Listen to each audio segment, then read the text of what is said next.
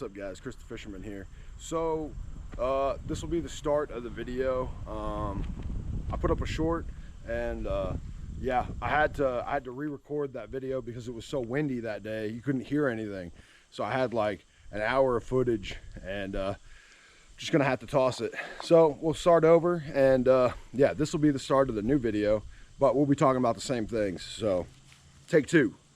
So what we need to go over is gear first. So we'll go over things I wear attached to me, just like wading fishing, you know, stuff like that. And then we'll sorry about that, my screen went dim. So we'll just go over what I'm wearing and what gear I have and like what circumstances to use it in. So we'll start with this. So I got nail clippers, or just clippers in general, you know, stainless steel. I put them around my neck just so, you know, I don't drop them and it's convenient. If I need to clip something, it's right here. I just reach up here, spin it around, clip it, spin it back around. I have a whistle.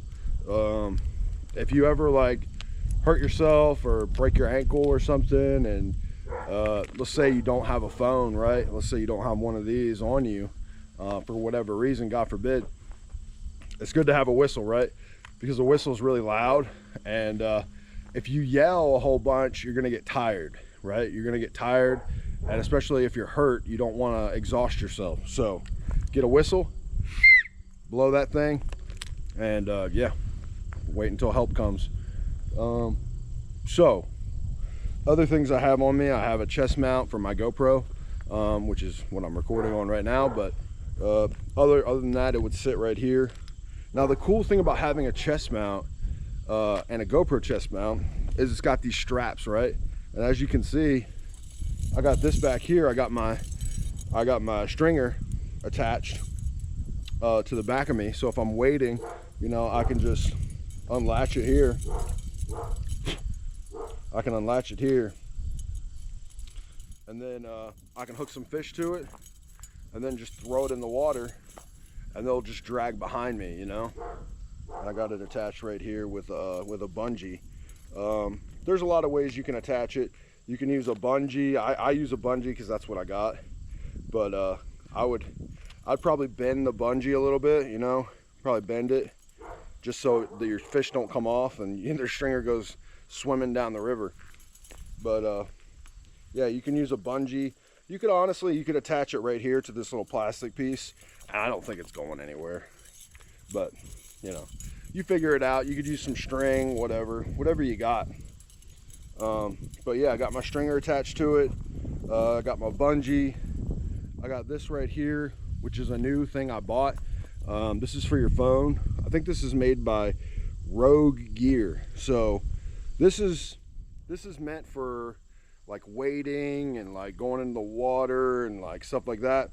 And basically, you know, God forbid you drop your phone like I did yesterday, and it sinks to the bottom. But with the bungee, it's not going anywhere. So why is that important? A lot of people think like, oh, you drop your phone in the water, just pick it up. Okay, I'm gonna explain something I learned yesterday. If you don't have your phone bungeed and you have a GoPro and it's recording with the side open, you go to reach down in the water, and if it's below like your thighs, you have to actually squat down and get in there. So with your GoPro on your chest, your GoPro is going to get wet. It's going to get soaked. And what I did was I dropped my phone without my bungee, and it went in the water. I reached down instinctively to grab it. My GoPro went underwater. I jumped back up. I was like, oh crap, because the side case was open, so the battery was exposed. And then I was like, well, it's wet anyways, I'll just grab it. So I reached down and grabbed it, and then I decided to leave. Luckily my GoPro's fine, my memory card's fine, everything's fine. So, but I got lucky. So get a bungee. This one's made by Rogue. This one's made by Rogue Gear. And then get a case, get a waterproof case. This one's not completely waterproof.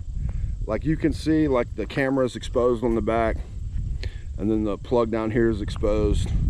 It's not completely waterproof, but it went underwater and it works fine. So for the most part, it's waterproof. Get one of these. Save you a lot of trouble. I would recommend getting some forceps. Get some forceps, curved forceps especially, and get a piece of paracord, attach them, clip them on to your chest mount or your life vest or whatever, and then get a little latch right here and latch them to something. Latch them to something on you.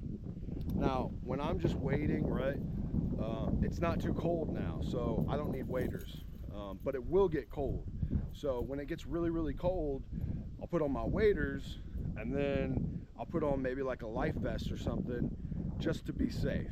And yeah, I'll show you guys the life vest I have. You can wear it over top your waders. If you're fishing real deep water, I would suggest a life vest. You don't know what could happen. Wear a life vest, seriously. Let me get it. Okay.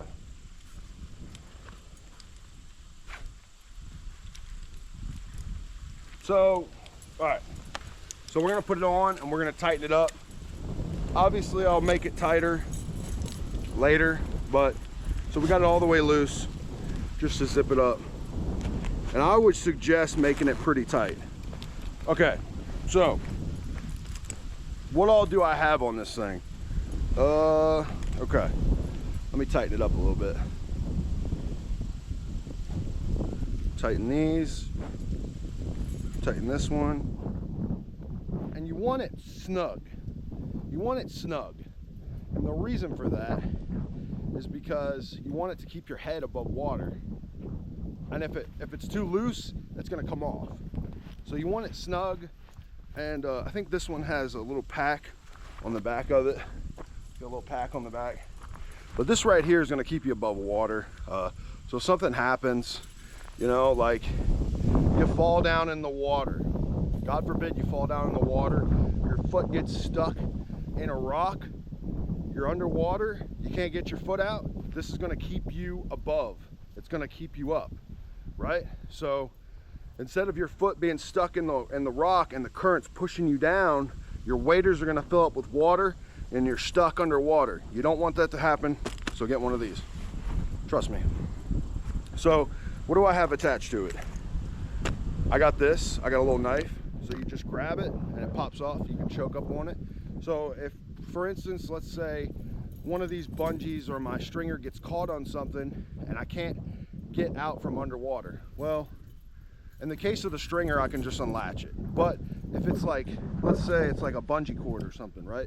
Say like one of these gets attached to something wrapped around it and I can't get it undone and I'm trying to get out and trying to get out from underwater.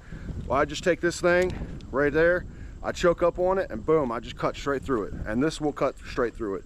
It's got a serrated side and it's got a dull side right there. So just remember that. This is your serrated side, that's for cutting like cords and stuff like that. And this is the dull side right here. So don't forget that. But this is made by NRS. It's not meant for this one, but it works. You just latch it right there. You just latch it right there, and if you're in trouble, you grab here and squeeze and pop it out. And it's a good little survival knife. It'll also save your life. Got pliers right here. What else do we got? We got some of these. Now these are just attached to it because, and I haven't attached them to my kayak yet. My kayak's not here, but these are really good grippers. You know, if you don't have a net, get some grippers. You know, these are really cool. You catch a fish, you can just reach down with the grippers, grip them, and just let them swim. You know, say something happens, you catch a really big fish, but like a snake or something comes by and you need to get out of the water quick. So you bring that fish in, grip them, drop them, and get out of the water. You know, get away from like copperhead or whatever. But other than that, if you don't have grippers, use like a little net, rubberized net. They're cheap, probably about the same price as these grippers. What else do we got attached to this? This is good. This is a rod holder. This is a rod bungee. So what you do is you take this part right here, and this part goes around your rod somewhere, and then you squeeze it down, and then you unlatch this, right? this part just hangs off. So say you're on your kayak, right? And a lot of this stuff works for both, works for kayaks and wading. But say you're on your kayak and you need to hold like 2 rods in place. Or say you flip your kayak and you have this. Well, this is gonna save your rod. So yeah, get one of these. I got 2 of them. What else do we got attached to it? So we got the grippers, and you can take the grippers and just grip something on here. That way they're not going anywhere. Pliers, this is a multi-tool. You know, flip them around, you got some pliers. And then it's got all your multi-tools, right? So if you're on a kayak or something and you need to tighten something or whatever you're doing, get a multi-tool. What's in the pockets? Probably just baits. I think it's just baits. You can also get aluminum pliers or, you know, different stuff. But the main purpose of this is to get a life vest. Get one. Save your life. Okay. So we got our life vest.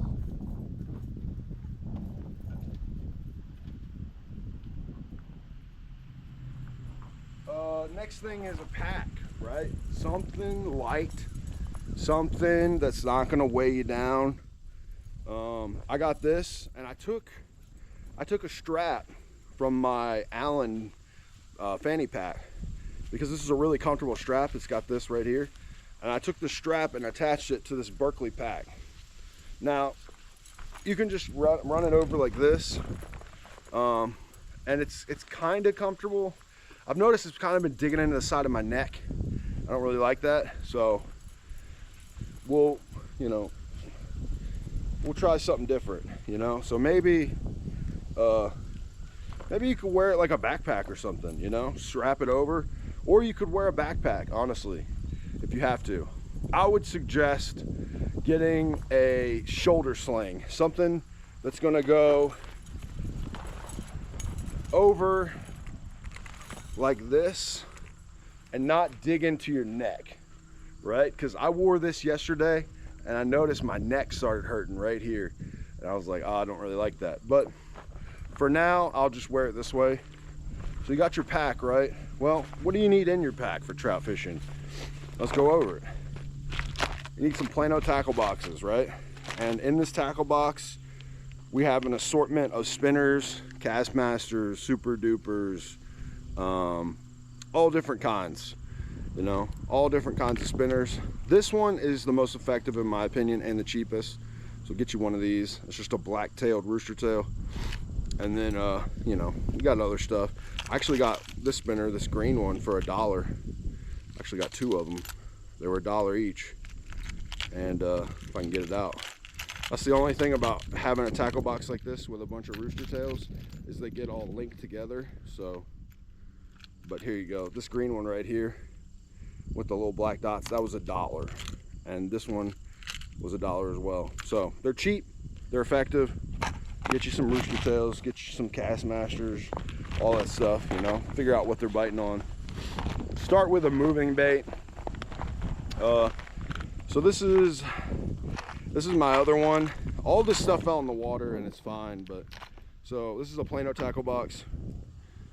This one's got hooks, it's got jig heads, it's got bullet weights, it's got split shot, and I'll just show you guys what's all in there. So we got 3/16 ounce bullet weights, split shot, jig heads, 164 ounce, 132 ounce, 116 ounce, 1/8 ounce. I wouldn't go any lower than that. Split shot. We got hooks. These are Aberdeen long shank J hooks. They're a little big. These are size 7. Usually I like to use size 10 or 12, but they're all right. So that's what we got on that side. And on the other side, we've got some dirt on there. We've got some minnows, trout magnets, some jig heads. But this is my assortment of minnows and trout magnets and jig heads. And this can be used for trout fishing. This can be used for crappie fishing, pan fishing. Get you one of these Plano tackle boxes, fill it up with some stuff, you know, some of the stuff I listed.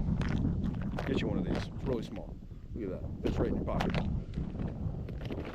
What else we got in here? Let's see what we got in my pockets. What else do I have? Okay, we got some trout magnet floats. So we got some floats. I would get the big pack. It's definitely worth it. You get 36 of these, and it'll last you a whole trout season. So there you go, get that. Power bait. Get you some power bait. Get as many colors as you can afford. Figure out what they're biting on. I would recommend green, orange, yellow, salmon peach, stuff like that. Green and orange seem to be the most effective, other than salmon peach. What else do we got in here? Power bait. We got some of this stuff. Now I bought this the other day. I don't know if it works, but we're gonna try it out. This is crawfish scent by Yum. Just a little something to try out, you know. Spray it on your power bait, spray it on your Cinco, spray it on your Ned rig, whatever. Maybe it'll work, I don't know, we'll find out. Okay, so that's everything in the pack. Let's come over here. We got some power bait. We got a chair. Now, if you're like me, I get lazy sometimes and I want to sit down. If you go to Walmart, you can get one of these. Usually they're on sale. You can get them for like a couple bucks. And they got a pouch on the bottom so you can fill them up with power bait and stuff. But it opens up and you can just put it down and sit on it.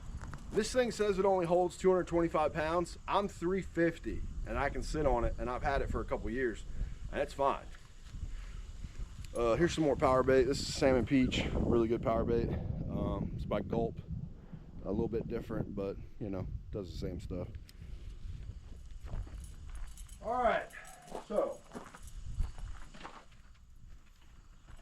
what all do we need? What all do we need? We're gonna go over some stuff. Okay, so this is the rod I use. Right now we have a float set up on it.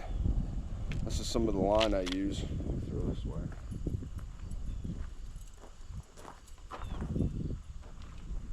So we'll go over the rod first, and then we'll talk about the line I use and all that stuff. So this is a 6-foot light power, fast action. Okay, all right, we're back. So this is a 6-foot light power, fast action St. Croix.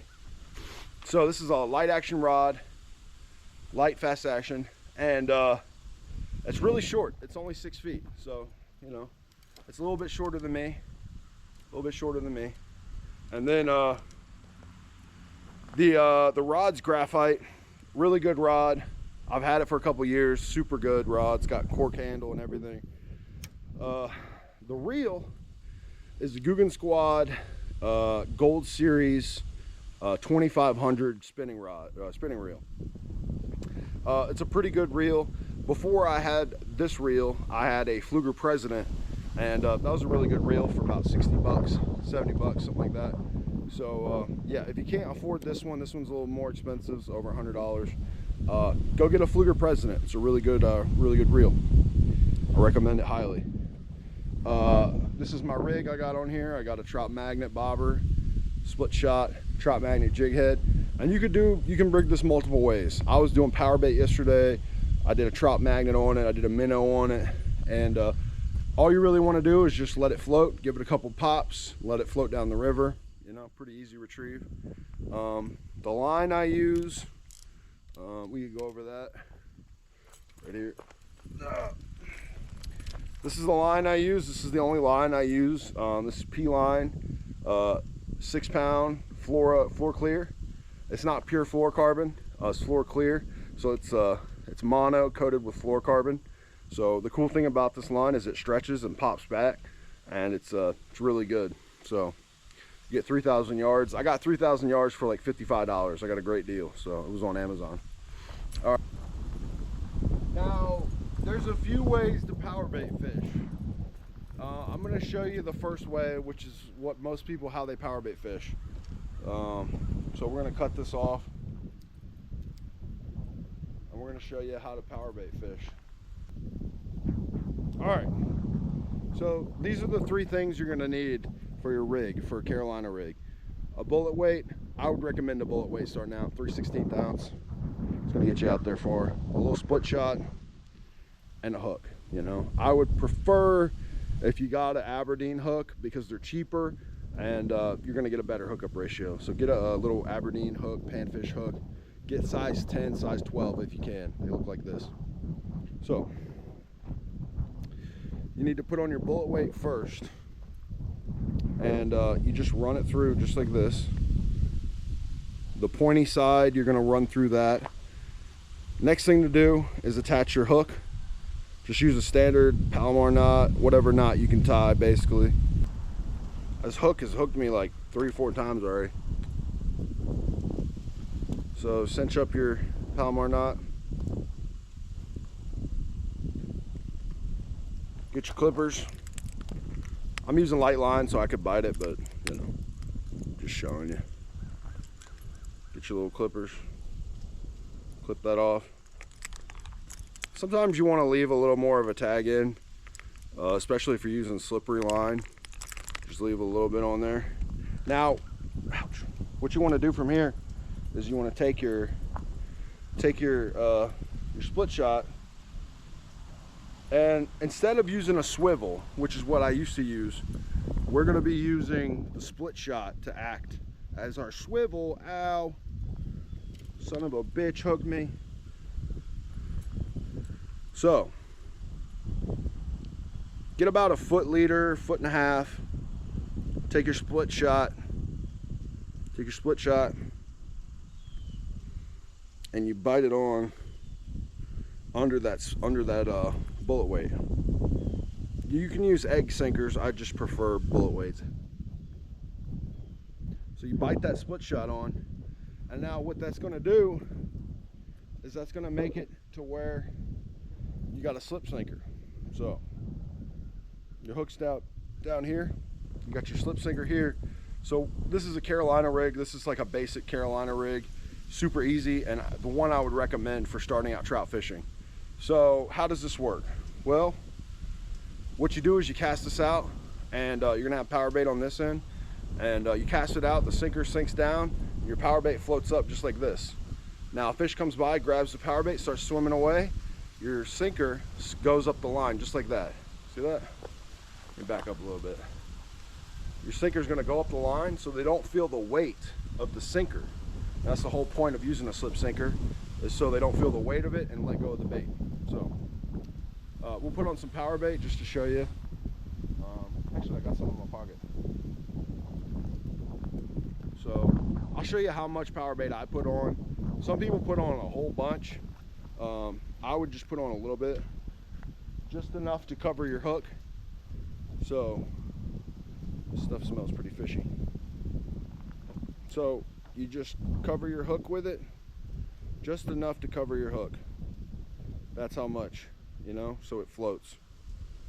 Like if your hook is super heavy, if you use a super heavy big hook, then you need to put a whole bunch of power bait because it's not going to float. But that's about it. That's about as much as you want on there. Just enough to cover your hook. They're going to come up, they're going to eat it, and then you're going to set the hook and get them. So here we go. All right, so we got our rig set up. We got our slip sinker rig, Carolina rig with power bait on it. Next thing you need is like a bank stick or a stick from a tree or something to hold your rod. So let's get a bank stick. So here's a bank stick. It extends all the way. I would recommend keeping it like in its lowest extension. And what you're gonna do is you're gonna take it, see if I can tilt you guys down a little bit. And wherever you're sitting next to the bank, right? You're sitting next to the bank.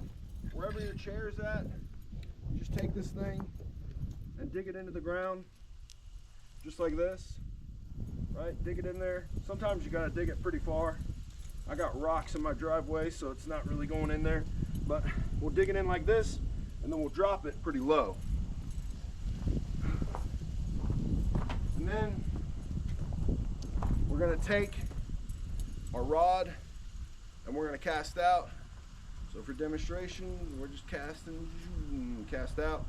And then you're gonna reel up your slack and you're gonna set your rod down on your bank stick, just like that. and I'll give you guys a little view of what that looks like from the side. So we got our little rod resting on our bank stick, right? We're cast out. Now the next thing you need is you need a bobber. So let's get a bobber and a hook. And this is the cheap way of doing it. And it looks like I got one ready, so this is what you need right here.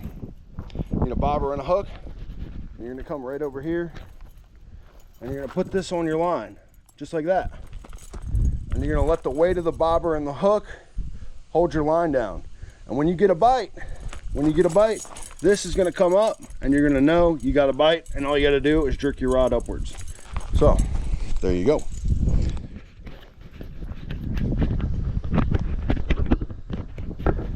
Let's get you guys situated. Okay, good. All right, so get yourself a bobber with a hook on it and hang it on your line after you cast out. Bobber goes up, jerk, and set the hook. There you go. So we got some waders here. These are Frog Togs, and I got the Frog Togs boots, matching boots. So they don't have any studs in them.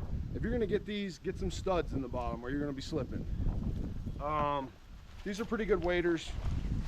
I think these are 2X, so they're pretty snug. They're chest waders. They're pretty good. These do have a hole in them, but I think it's because I laid them in the car and a hook probably got in them. So, but other than that, they're good waders. They come with a patch kit, I think. So if you do get a hole, you can patch them. Anyways, pretty good waders. I've had them for a while. Yeah, they're 2X, nylon, 100% nylon. Yeah, wade wear. You can wash them too. Hand wash, cold water. Do not dry. Dry drip, dry only. No heat dry. Don't put them in the dryer. So don't put them in the dryer. They'll shrink and they'll rip. These are waders. They're pretty good. Just when you're picking waders, I would go with the ones with the rubber, not the rubber, with the soft boot, right? So it's got like a sock attached to it. And then this is all waterproof through here, right? This is all waterproof. And what you do is you slide your foot in, you slide your foot into your boot with these on. These are like your socks. And then you take this part and you wrap it over your shoe to make it waterproof, so water doesn't get in through your foot to your sock. Yeah, so, and they're insulated. So these are pretty good.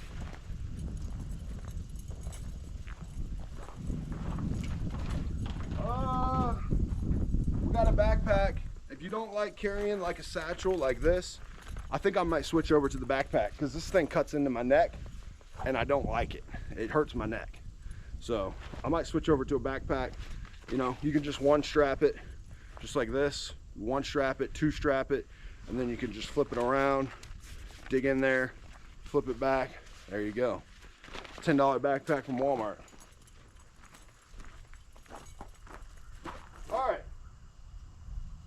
I think that covers it. I think we're done. Oh yeah, one last thing.